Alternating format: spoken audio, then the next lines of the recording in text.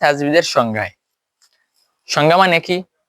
সংজ্ঞা মানে একটি বিষয়ের পরিচিতি। যদি বলি মহাবিশ্বের সংজ্ঞা কি, তার মানে মহাবিশ্ব সম্পর্কে পরিচিতি। যদি বললাম আমি তোমাকে, যেমন একজন স্টুডেন্টকে বললাম যে তোমার সংজ্ঞা কি, তোমার ডেফিনেশন কি, তার মানে এর অর্থ কি দাঁড়ায়, তোমার পরিচয় কি। তো এই ধারাবাহিকতায় তাজবিদের সংজ্ঞা, ডেফিনেশন যেটা, তাজবিদের সংজ্ঞা কি। তো আজকে আমরা জানবো তাজবিদের ডেফিনেশন হোক বা মাআনাল ইসতিলাহ, মাআনাল লুগাহ, যেগুলোই হোক, বা তাজবিদের অর্থই হোক, পারিভাষিক আবিধানিক, এটা জানবো। তো তাজবিদের আবিধানিক অর্থ যেটা, অর্থাৎ মাআনাল লুগাহ, সেটা হচ্ছে তাজ, মূলত শব্দটা তাজবিদ নয়, তাজউইদ। তাজউইদ, যেমন তাজিম যাব তাজ, ওয়াও ইয়াজের উই, তাজ উই, লাস্টে আছে দাল, দাল দুই পেশ দুন, তাজ উইদুন। মানে একটা মাথায় খেয়াল রাখবে যারা পড়ালেখা করো, তোমাদের জন্য, যে আরবি ভাষা, আরবি ভাষায় যদি কোনো শব্দ বলতে ওয়াও যদি বাংলাতে রূপান্তর করা হয়, তাহলে এর উচ্চারণ হবে ব এর মতো। বাংলার যে ব্যঞ্জন বর্ণ আছে না, সেটার ব এর মতো উচ্চারণ হবে ওয়াও এর। এর জন্য মূলত আরবি ছিল তাজউইদ, কিন্তু বাংলায় এটা রূপান্তর হয়ে গেছে তাজবিদ। তো এর আবিধানিক অর্থ হচ্ছে যে সৌন্দর্য মণ্ডিত করা, সৌন্দর্য মণ্ডিত করা। এটা শব্দটি একটু কঠিন, এক কথায় সুন্দর করা। মানে এটা একটু ব্যাখ্যা করলে কি সুন্দর করা, সুন্দর করা, নাইস করা, বিউটিফুল করা, ওয়ান্ডারফুল করা, কি জিনিসটা সুন্দর করা, এটা প্রথমে বলি। এটা হচ্ছে গিয়ে যে কোরআন শরীফে তেলাওয়াত করার সময় যে হরফগুলো আছে, সেগুলাকে সুন্দরভাবে তেলাওয়াত করা।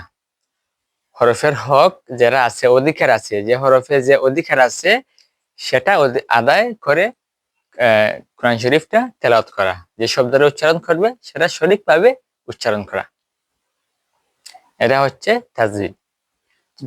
এটা করলে কি হবে, যদি সঠিকভাবে উচ্চারণ করা যায়, তাহলে যে অর্থটা রয়েছে, যে সৌন্দর্য মণ্ডিত করা, এইটা পরিপূর্ণভাবে রূপ পাবে।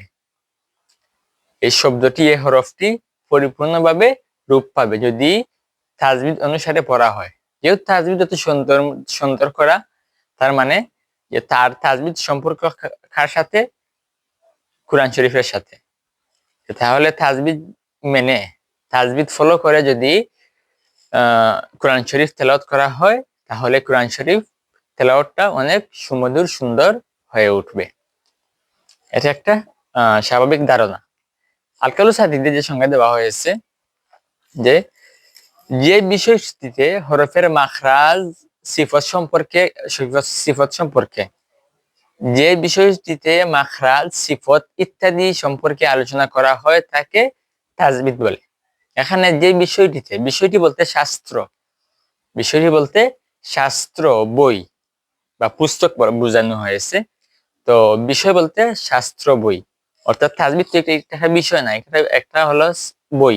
এই আল-কালুস হাদিদ, এটা হচ্ছে কি, এটা একটা বই বা একটা পুস্তিকা। তো ধরো এখানে যদি বিষয় বললেও হবে, শাস্ত্র বললেও হবে, পুস্তিকা বললেও হবে। তো ধরুন যে শাস্ত্রে কি, যে হরফের মাখরাজ সম্পর্কে পরবর্তীতে আলোচনা করা হবে, সিফত, এটাও পরবর্তীতে আলোচনা করা হবে, এবং ইত্যাদি বলতে বোঝায়, যদি হয়তো যদি মাখরাজ এবং সিফত সম্পর্কে আলোচনা করা হয়, তাহলে এই মাখরাজ এবং সিফতের মধ্যে এই তাজবিদের সংজ্ঞাটা সীমাবদ্ধতা থাকে যেত, এখানে একটা বর্ডার পড়ে যেত। যেহেতু ইত্যাদি শব্দ এড করা আছে, তার মানে ইত্যাদি বলতে কি, আরো অনেক কিছু আছে।